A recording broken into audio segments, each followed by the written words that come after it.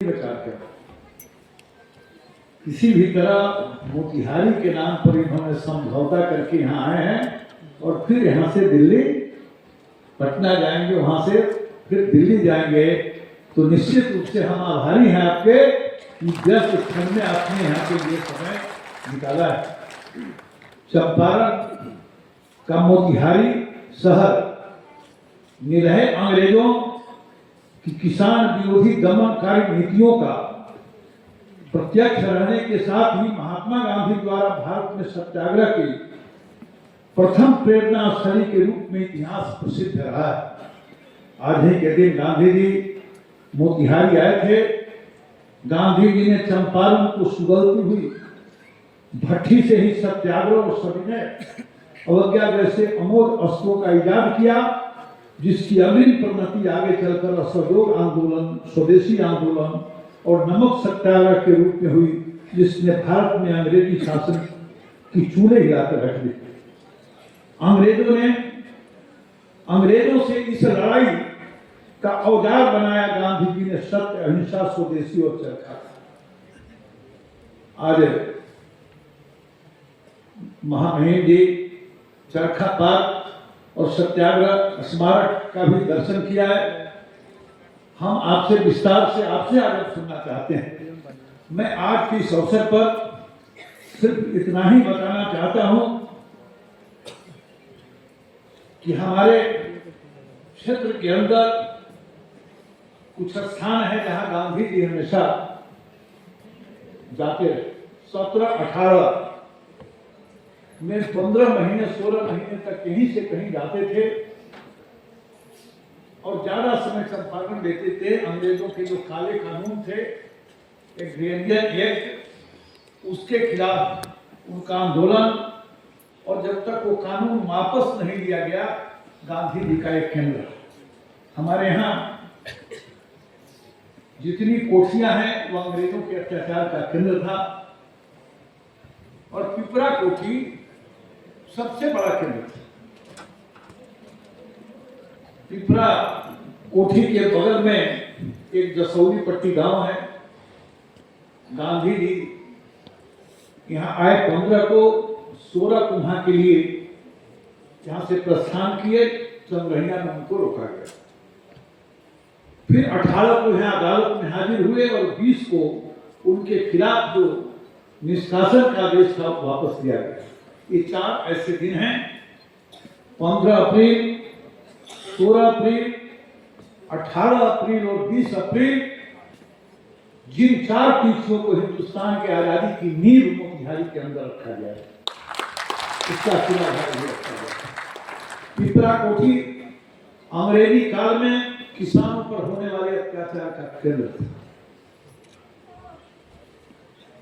नरेंद्र भाई मोदी देश के प्रधानमंत्री बने। मैंने उनको बताया तो सबसे पहले ये जो कृषि विज्ञान केंद्र यहाँ था, उसके पास 75 एकड़ जमीन था। ये राजेंद्र कृषि विश्वविद्यालय पूसा के पास था, एक छोटा विश्वविद्यालय था। प्रधानमंत्री से बातचीत हुई, मैं कृषि मंत्री था, और जो राजेंद्र कृषि विश्वविद्यालय छोटा था, राज्य सरकार का, उसको सेंट्रल यूनिवर्सिटी बनाया गया और ये 75 एकड़ जमीन भारत सरकार को प्राप्त।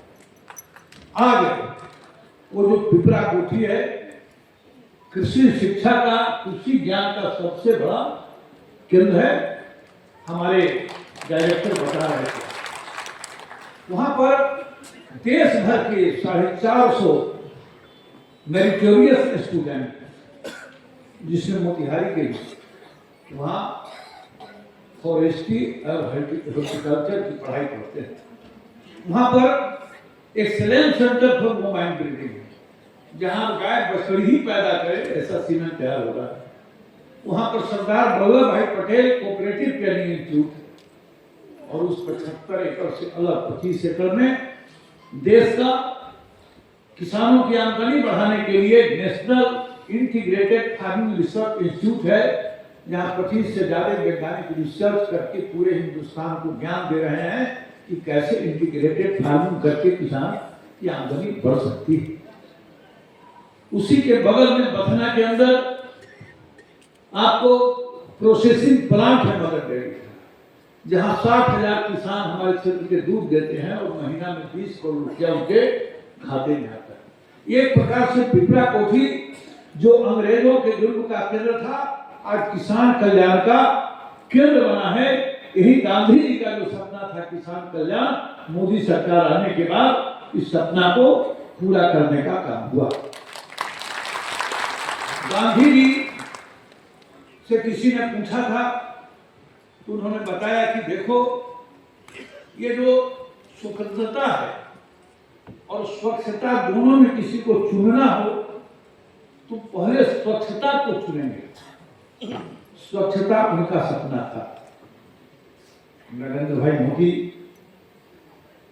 मोतिहारी आए और देश भर के 25,000 से ज्यादा स्वच्छाग्रही आए और ये 25,000 स्वच्छाग्रही 15 दिन तक रहे।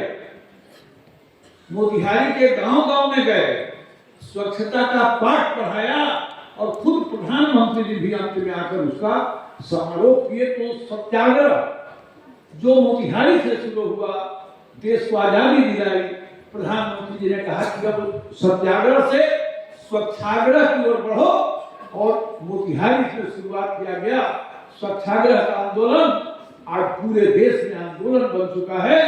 स्वच्छता आज आंदोलन का रूप ले चुका है। मित्रों,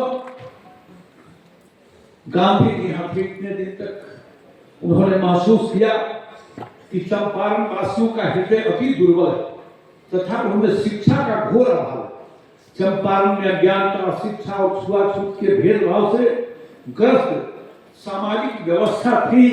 गांधी जी ने लिखा, गांधी जी क्या कहना था कि जब तक इनकी मानसिक स्थिति उन्नत नहीं होगी, इनका उद्धार किसी बाहरी शक्ति द्वारा होना असंभव है। गांधी ने स्वयं सेवकों को भेजे निमंत्रण पत्र में लिखा था कि शिक्षा के प्रचार प्रसार का काम चंपारण में बहुत ही महत्वपूर्ण और अस्थायी रूप से करना होगा और इसीलिए यही हमारे जग की अत्यंत आवश्यक और अंतिम पुनःति होगी। इसलिए हमें ऐसे स्वयंसेवक चाहिए जो चंपारण वासियों को शिक्षित करने के मेरी इस मुहिम में मेरा भरपूर सहयोग। उनकी पत्नी, उनके और मित्र इस काम में लगे। 14 नवंबर 17 को मोतिहारी से थोड़ी दूर बाधाराबाद लखनसेन में एक विद्यालय की स्थापना की।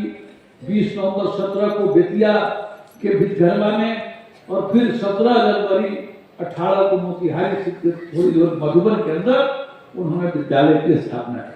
आज बापू की कर्मभूमि चंपारण का मोतिहारी वैश्विक स्तर पर शिक्षा का केंद्र बना। ये ठीक से आप सब समझिए, 9वां वर्ष हो रहा है। 11 वर्ष पहले मोदी सरकार है। गांधी जी के नाम पर देखे तो बहुत लोग इस देश में रोजगार करते रहे, जिंदा रहे, शासन करते रहे। लेकिन जब मोदी जी देश के प्रधानमंत्री बने, उसके पहले सेंट्रल यूनिवर्सिटी देश में खुलते थे। अब पॉलिटिकल आधार पर खुलते थे, यहाँ बनेगा तो वहां बनेगा, वहां नेता है तो वहां नेता है, बहुत सारे बने। उसके बाद प्रधानमंत्री जी ने कहा कि अब जो सेंट्रल यूनिवर्सिटी, आपको ध्यान में होगा पटना सेंट्रल यूनिवर्सिटी की भी मांग की गई थी कि उसको सेंट्रल यूनिवर्सिटी बनाया जाए। तो कहा जनाब मेरिट के आधार पर सब। लेकिन मैंने जब प्रधानमंत्री जी को बताया कि मोतिहारी गांधी जी की कर्मभूमि और यहाँ महात्मा गांधी जी के नाम पर केंद्रीय विश्वविद्यालय, इसके लिए बहुत आंदोलन चल रहा है। कांग्रेस के समय काफी आंदोलन चला, सभी पार्टी के लोगों ने संघर्ष किया।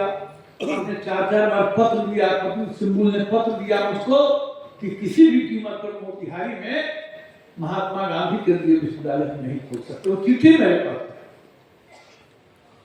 मोतिहारी के लोग गए, 5,000 लोगों ने संसद भवन पर धरना दिया, लेकिन फिर भी वो सरकार नहीं करती। ये मोदी सरकार आने के बाद उनको मैंने बात बताई,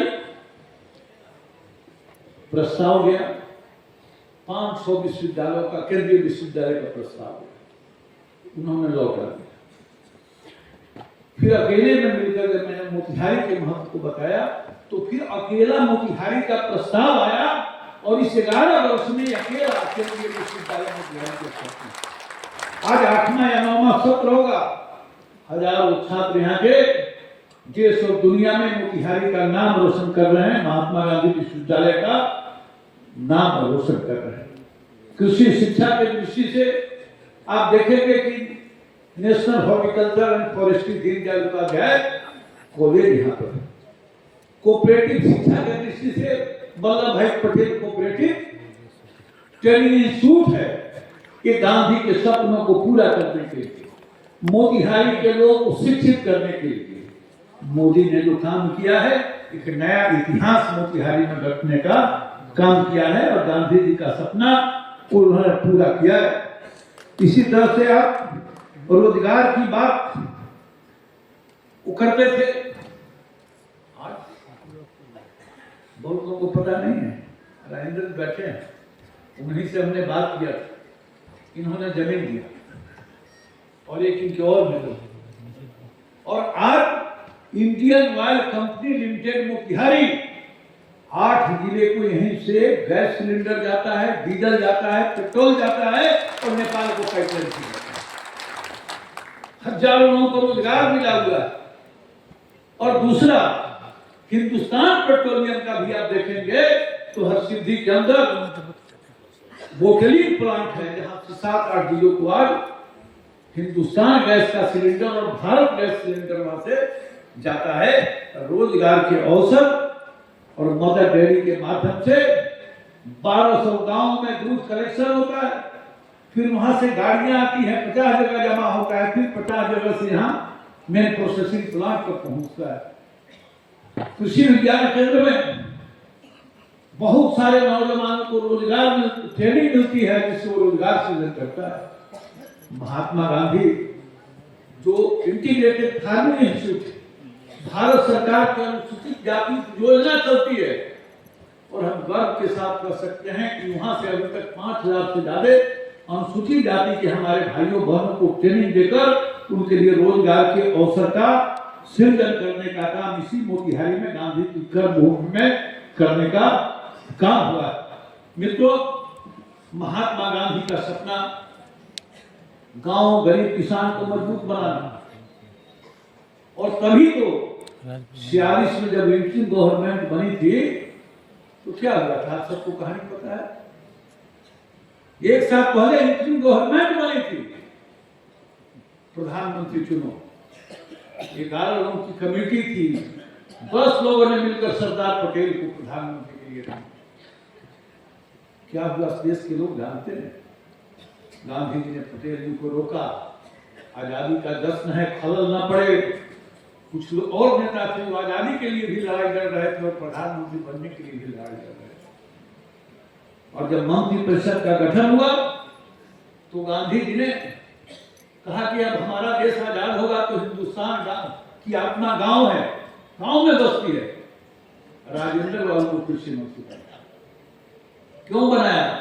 गांधी जी जो यहाँ थे, गांव गांव जाते थे, किसान की व्यथा सुनते थे और लिखने का काम राजेंद्र बाबू करते थे। गांधी जी ने कहा कि किसानों के दर्द को राजेंद्र बाबू समझते हैं, सरकार बनी और किसान हित में योजनाएं बननी शुरू।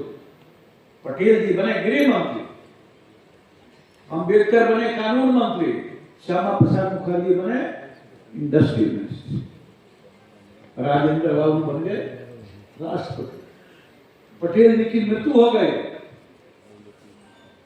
अंबेडकर जी ने रिजाइन किया। क्यों रिजाइन किया? वो पत्र पढ़िए, आप देखिए मोबाइल पर मिलेगा। श्यामा प्रसाद मुखर्जी ने रिजाइन किया, क्यों किया ये भी पढ़िए। अब गांधी जी का जो सपना था गांव गरीब किसान को मजबूत करने का, जिससे पटेल राजेंद्र बाबू जैसे लोग सरकार में लागू कर रहे थे, इन लोगों के न रहने के बाद योजनाओं का शीर्षासन हो गया और गांव गरीब किसान सरकार की नीतियों से ओझल हुआ। ये देश सौभाग्यशाली है, ये बिहार सौभाग्यशाली है कि नीतीश कुमार जैसा नेता मिला बिहार को, और देश को नरेंद्र मोदी जैसा गरीब का बेटा प्रधानमंत्री मिला। आज महात्मा गांधी के सपनों को साकार करने में लगे हैं आज के इस पुण्य दिन पर गांधी जी आए थे, हमारे लिए आंदोलन किया था। एक बात और ध्यान रखिए कि चंपारण की मिट्टी में दो नेताओं ने हमारे लिए जो संघर्ष किया, सिर्फ भाषण में नहीं किया। गांधी जी ने सिर्फ भाषण से संघर्ष नहीं किया, यहाँ फिजिकली रहकर संघर्ष किया।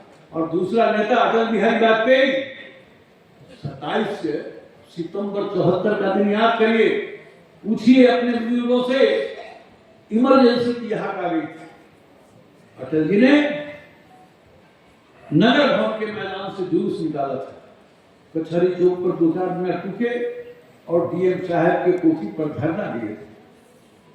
गिरफ्तारी हुई थी, जेल गए थे, तो महात्मा गांधी ने हमारे लिए संघर्ष किया और दूसरा कोई नेता था तो अटल बिहारी वाजपेयी ने हमारे लिए संघर्ष किया। हम संतान के लोग गांधी जी और अटल जी को सपना करने के लिए पूरी प्राणपण से काम करेंगे, पूरी प्रतिबद्धता से काम करेंगे। महामहिम गवर्नर साहब हमारे बीच हैं, हम आपको विश्वास दिलाना चाहते हैं कि गांधी और अटल जी के सपनों को मोतिहारी की जनता पूरा करने में अपना सर्वस्व दांव पर लगाएगी। आपके प्रति फिर आभार प्रकट करते हुए कि आप यहाँ आए, मैं अपनी बात